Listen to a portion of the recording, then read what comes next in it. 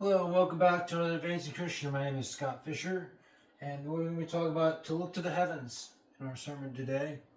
Our sermon is going to be called Look to the Heavens, or To the Heavens. In Isaiah 40:26 it says, "Lift up your eyes to on high to see who created these, who brings out their hosts to number, who called them by name." Further on, as we read about it, we learn more about to lift up, to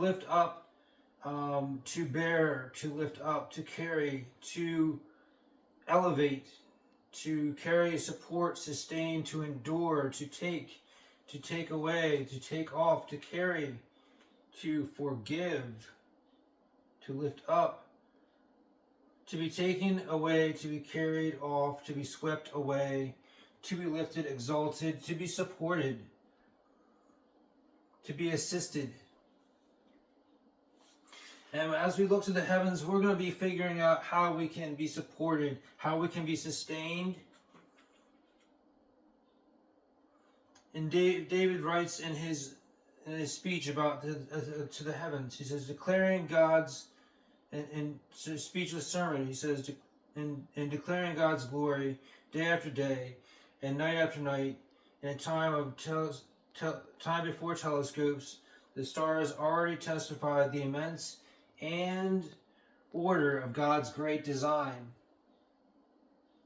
Like the sun, like a bridegroom that moves into her bride and the groom, running its course and precisions, never ceasing, and always in its proclamation of its love towards the other.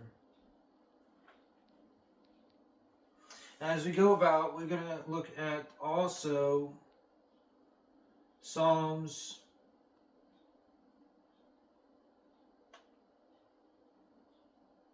And we're looking at Psalms 19.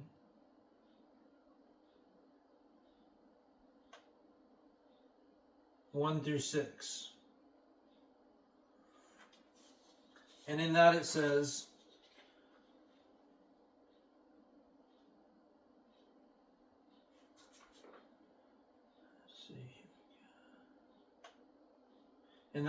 the heavens declare the glory of God, and the sky above proclaims its handiwork.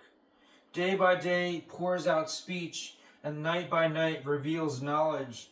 Till there is no speech, nor there are words whose voice is not heard. Their voice goes out through the earth, and through the words to the end of the world. To them is sent a tent for the sun, which comes out like a bridegroom leaving the chamber, and like a strong man runs this course for joy, rising to the end of the heavens, and the circuit to the end of them. There is nothing hidden from the heat. And so you see, there's nothing hidden from God's love for us. We can always find that whenever we see God moving.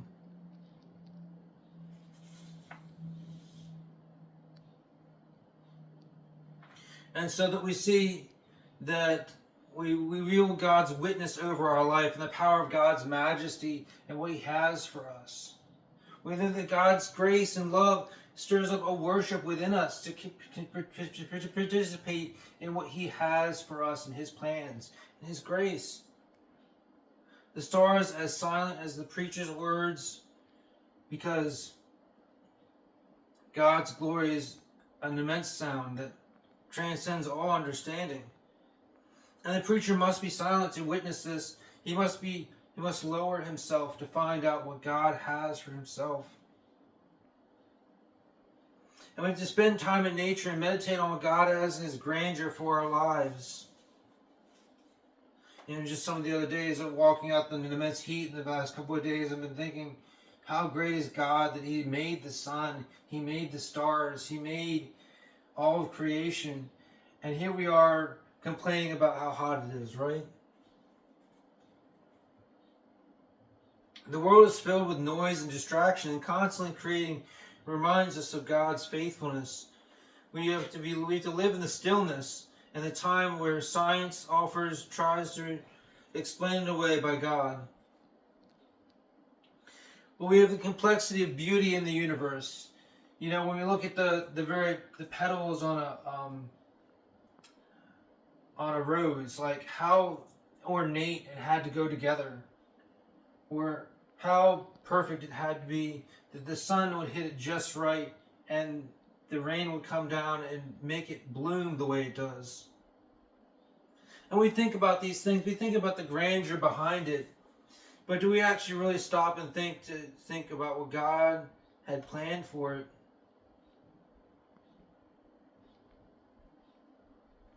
Or do we just go about our own ways, moving about as we always do?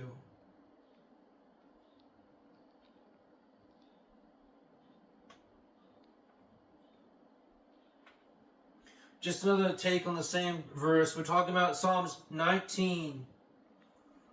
It says, "The heavens declare the glory of God, and the firmament shewn with his handiwork. Day by unto day uttereth speech, and the night by night showeth knowledge." So this firmament is the same type of language that was used in the very beginning of the Bible. You know, God separated the firmament, the shadows from the darkness, all of this. And we see it from the beginning of time and all the way through to the end. God's grace always surpasses all understanding. And we know that his grace is so great that no one can understand it completely. And that's the blessing of it, isn't it? That's the very blessing of it. Because why would we want to completely understand it when we can just dwell with that perfect dwellness? Yes, there will be a time when we will be able to fully understand such things, but for such a time has not yet come. And so we wait on God's presence and we look to the heavens to find out what God has for our lives. As we continue on in this other KJV version, we go through and we analyze where things are at. There is no speech nor language where where voice is not heard. So, how great is our God that he made all these different voices, and no matter how way you look at it, no matter which way you look at it, God's voice is greater. And throughout time and space, all these things being put together, God's grace shows us that he still loves us. Because there's no speech nor language that can understand what God has ordained.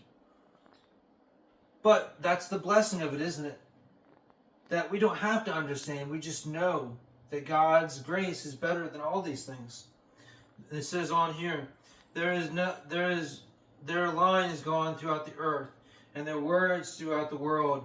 And to them hath he set the tabernacle of the sun.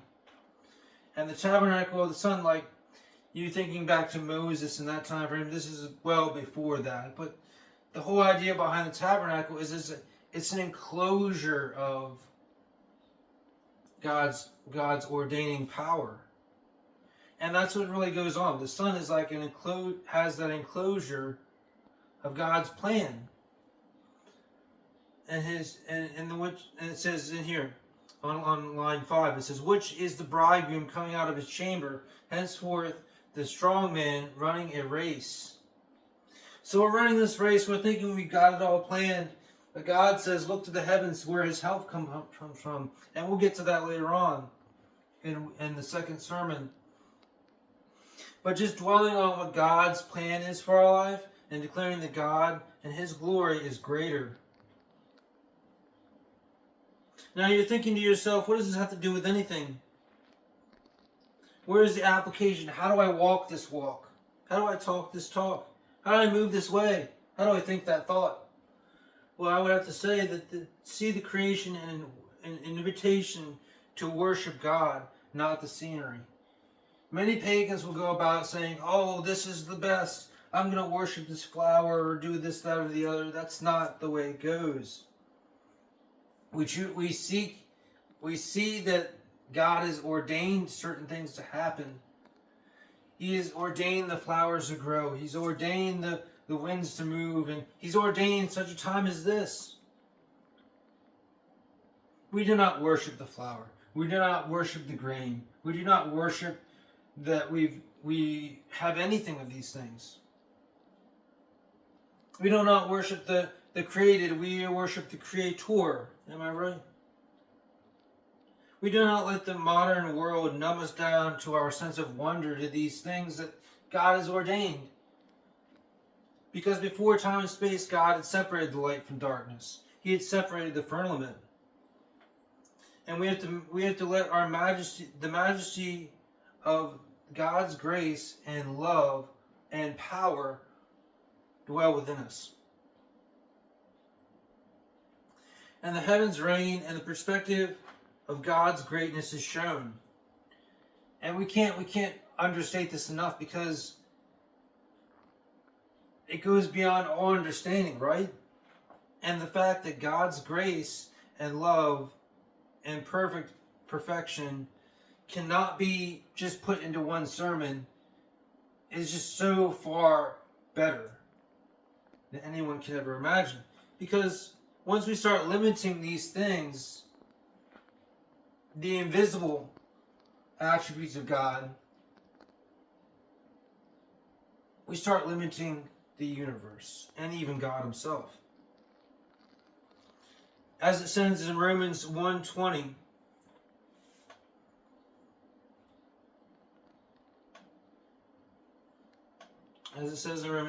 let me pull up some other explanations here to this.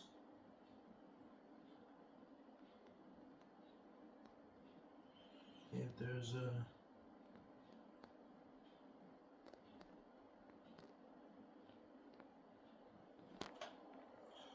Alright, let's see here.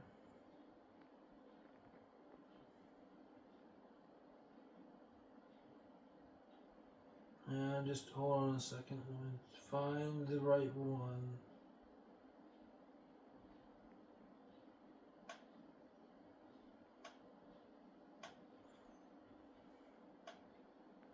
As it says in Romans 1:20, His invisible attributes have been clearly perceived in the things that have been made.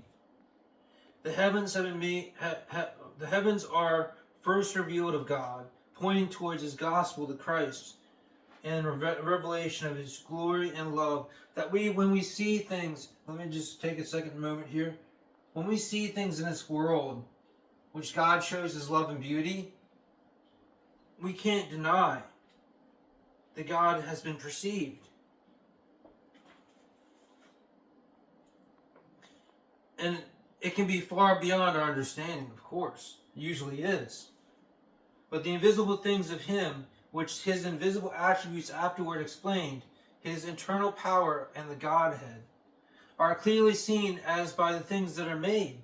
These are the things that somehow play upon the words here, and seen and unseen, discerned by the eye and the mind being. So, whether you see something and you understand what it means, can be also interpreted by who you are and what you are about. But God's eternal power shows through all of that. That regardless of your condition, regardless of your understanding, regardless of your mindset, you can say, I see God working here. And even in His internal power, the Godhead, a summary of explanation for those attributes which are apart from revelation, were embodied in the idea of God. Of these power understanding the most obvious, St. Paul does not go into questions that rather have been raised recent times to the other qualities inferred as existing in the author of the nature. But he summarizes them up in the name that might have been used in pagan philosopher by the Christian attributes, included in one the term Godhead or divinity, which may be more perhaps correctly translated to the expression of divine nature or divine personality. So we can see that God's personality and design, this Godhead nature, shows his beauty and power in so many ways that we couldn't understand. So that they are without excuse could mean to plead no ignorance. So when you go about and you walk about in your daily walks, did you notice the sun in the sky? Did you notice the clouds in the air? Did you notice the birds that tweet every once in a while when you wake up in the morning? If you noticed any of these things, you've obviously noticed that God's been working in your life. Even in the small things, you have breath in your lungs. And yet we go about, we make excuses why God doesn't exist. But I plead to you today that God does exist. And He loves you. He loves you very much. And His name is Jesus.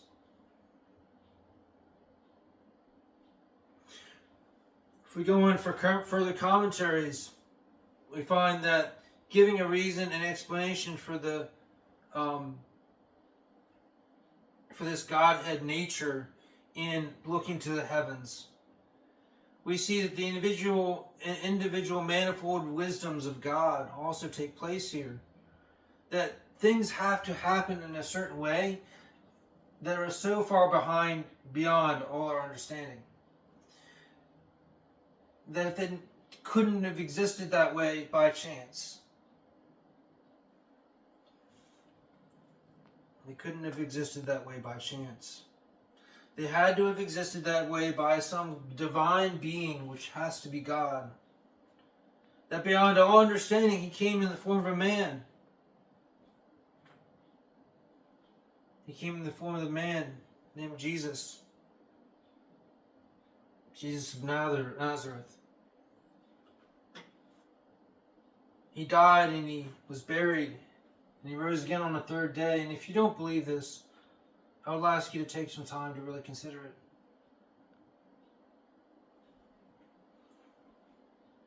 Because it has changed my life forever. I'm hoping it can change yours as well. And to become discerning about these things that happen here, and to understand that God in His many parts has ordained things in the way He has.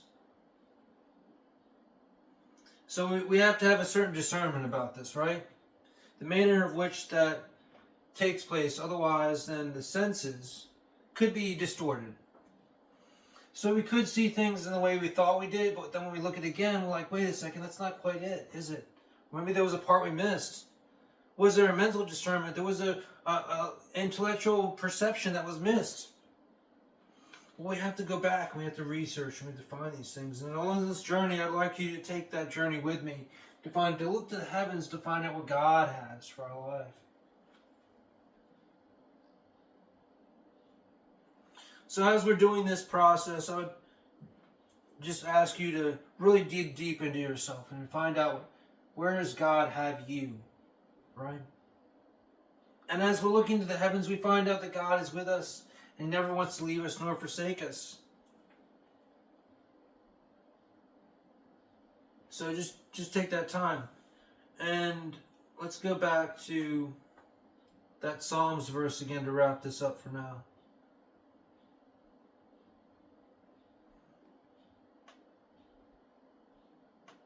We're going back to Psalms 19.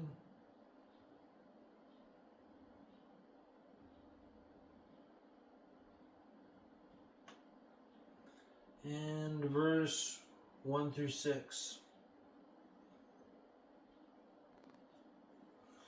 Now remember, we're going to take a little bit deeper look now because we already went into this before. Look to the heavens to where... Oh, wait, what was that? Let me try to do this to see if we go. So, the heavens declare, better the heavens are telling, and like poet is now gazing at the sky. A philosophizing is similar nature. A phenomenon that is merely enjoying beauty is not just the aesthetic facility satisfied by his spirit, but the religious nature is moved within him. and the immense appreciation for the institution of God. He is looking towards the freshness of the morning. He sees the telling of God and bringing forth of God before him, and constitutes the essence of the greater part of the Hebrew poetry. One commentator would say. Another commentator might say, the glory of the Lord denotes the invisible manifestation of the presences by which he was wont to reveal himself to Israel.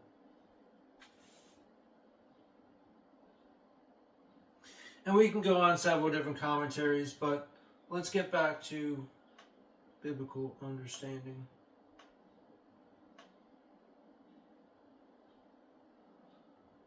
Let's see here.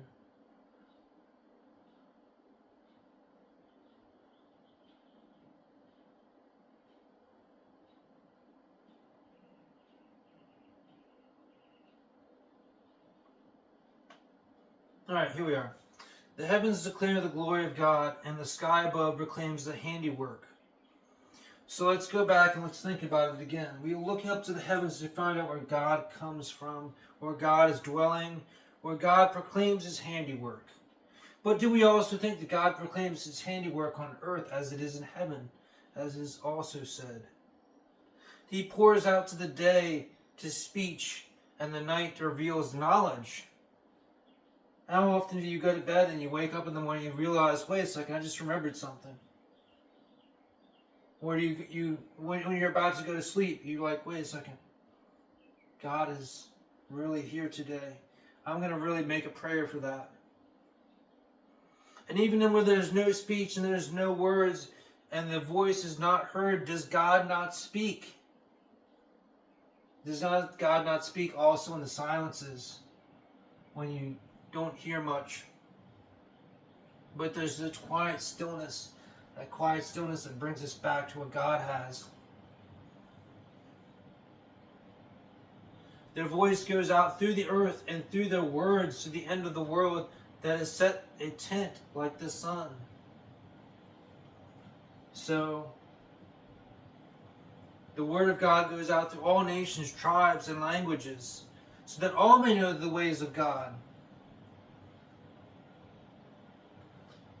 who comes like the bridegroom leaving his chamber, and like the strong man in his course with joy. And it's rising to the ends of the heavens, and its circuit to the ends of them, is hitting nothing from the heat. Like we're talking about the heat constantly. I mean, come on, man. It's hot out there. I mean, come on. Man, it's getting hot. But you know what? God's love is better. God's love is better than the heat of the summer, that's for sure. But God's love shows even through then, doesn't it? The plants grow and the birds chirp and life moves forward, right? I guess till next time we'll have to find out even more about what God has planned.